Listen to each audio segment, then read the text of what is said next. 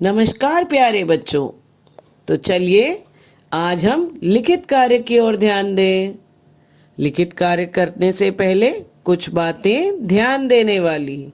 Margin में आज की तारीख लिखें, सुंदर सुलेख लिखें।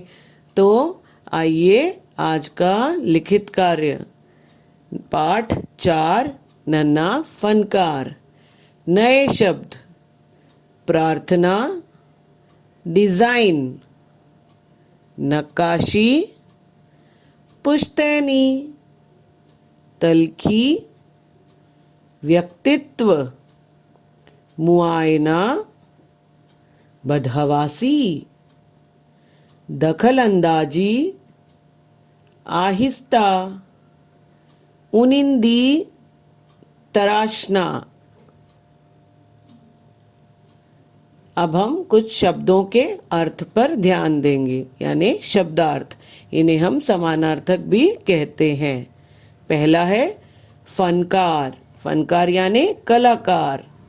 पुश्तैनी। पुश्तैनी यानी खानदानी, पुराने ज़माने से चली आ रही जो भी वस्तुएं हैं। कई बार फिल्मों में देखा होगा पुश्तैनी हार मिला, यानी उनके दादा परदादा ने, दादी ने मम्मा को, मम्मा ने अभी आपको ऐसे दिया, उसे हम कहते हैं पुश्तैनी। नफीस, सुंदर, निर्मल। तलखी, कड़वाहट, कटु आवाज़। कई बार हम कहते हैं ना, क्यों लड़के क्या कर रहे हो, तो ये होती है तलखी भरी आवाज़, तो यानी कड़वाहट वाली आवाज़ बात। आहिस्ता, धीरे। कौतूहल, जिज्ञासा, जुर्रत, हिम्मत, साहस। तो आइए कुछ वाक्य प्रयोग करना सीखें। आप इन वाक्यों को अपनी पसंद से भी बना सकते हैं। तलखी, रोहन की आवाज़ में तलखी है, मधुरता नहीं है। नंबर 2, दखलंदाजी। हमें किसी की बात में दखलंदाजी नहीं करनी चाहिए। कौतूहल, मन में कौतूहल है कि विद्यालय कब जाएंगे। बदहवासी, मोहन बदहवासी में माँ को बुला रहा था। आइए अब हम कुछ प्रश्नोत्तर को समझेंगे। प्रश्नों के उत्तर। पहला, केशव कितने साल का था और वह क्या काम करता था। तो ये प्रश्न का उत्तर तो आपको आराम से आ जाएगा, फिर भी मैं आपकी मदद कर देती हूँ। केशव 10 साल का नन्हा बालक था और वह अपने पिता की तरह पत्थर पर छेनी हथौड़े से नक्काशी का काम करता था। केशव का पुश्तैनी गांव कहाँ था और उसका जन्म कहाँ हुआ था। ये आपका प्रश्न नंबर 2 है। तो उत्तर होगा केशव का पुश्तैनी गांव गुजरात में था और उसका जन्म आगरा में हुआ था।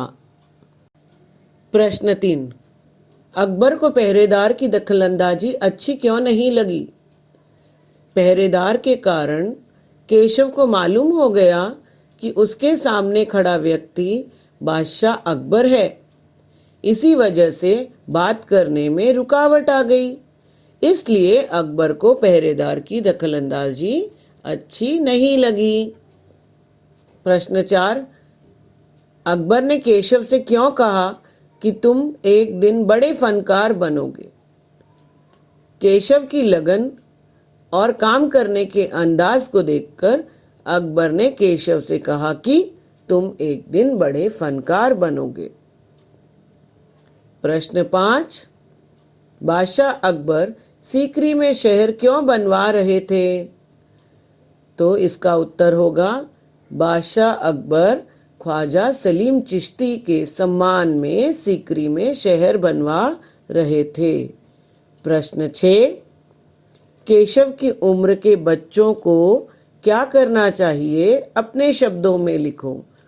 इसका अर्थ आप अपनी मर्जी से भी लिख सकते हैं, लेकिन हम आपकी मदद के लिए यहाँ पर उत्तर दे रहे हैं।